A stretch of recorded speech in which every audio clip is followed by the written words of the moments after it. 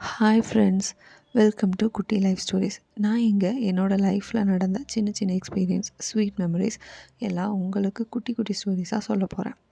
அப்போது ஸ்டோரிக்குள்ளே போகலாமா? ஓகே. நான் இப்போ சொல்ல போகிறது மோஸ்ட்லி எல்லா டால் கேர்ள்ஸும் லைஃப்பில் எக்ஸ்பீரியன்ஸ் பண்ணியிருப்பீங்க.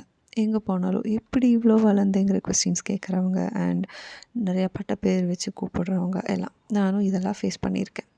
அப்போ ஏன்டா இவ்வளோ ஹைட்டாக வளர்ந்தேன்னு ரொம்ப ஃபீல் பண்ணியிருக்கேன். ஆனால் எனக்கு ஒரு சின்ன எக்ஸ்பீரியன்ஸ் நடந்துச்சு. அதுலேருந்து என்னோடய தாட் அப்படியே மாறிடுச்சுன்னு சொல்லலாம். ஸோ நான் என்னோடய ஒரு ஜாபுக்காக மதுரை போயிருந்தேன். அங்கே என்னோடய ஒரு கொலீக் என்னை பார்க்கும்போதெல்லாம் நீ என்னை விட ஹைட்டான்னு கேட்டுகிட்டே இருப்பாங்க. ஸோ நான் ஃபஸ்ட்டு என்ன அவங்க கிண்டல் பண்ணுறாங்கன்னு நினச்சேன். பட் அப்புறம் தான் தெரிஞ்சு அவங்க சீரியஸாக அதை கேட்டுட்ருக்காங்கன்னு சொல்லிட்டு. ஃபைனலி அந்த டவுட்டுக்கு ஒரு ஃபுல் ஸ்டாப் வச்சுட்டோம். நாங்கள் 2 பேரும் போய் ஹைட் மெஷர் பண்ணோம். அன்ஃபார்ச்சுனேட்லி அவங்கள விட நான் 2 சென்டிமீட்டர் அதிகமாக இருந்துச்சு. அதுக்கு அவங்க ரொம்ப ஃபீல் பண்ணாங்க.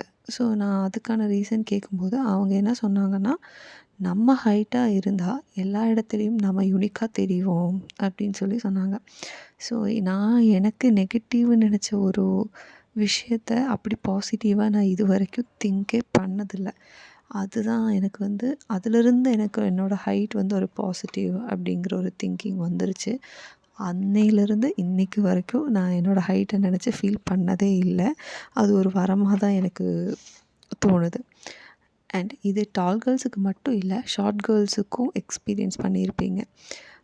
பட் நீங்கள் இதெல்லாம் நினச்சி ஃபீல் பண்ணாமல் நம்மளோட லைஃப் அண்ட் கரியர் மட்டும் ஃபோக்கஸ் பண்ணால் நம்ம லைஃப் நல்லாயிருக்கும். அண்ட் இன்றைக்கி ஸ்டோரி அவ்வளோதான். பிடிச்சிருக்குன்னு நினைக்கிறேன். பிடிச்சிருந்தா please like, subscribe and share. Thank you. Bye bye.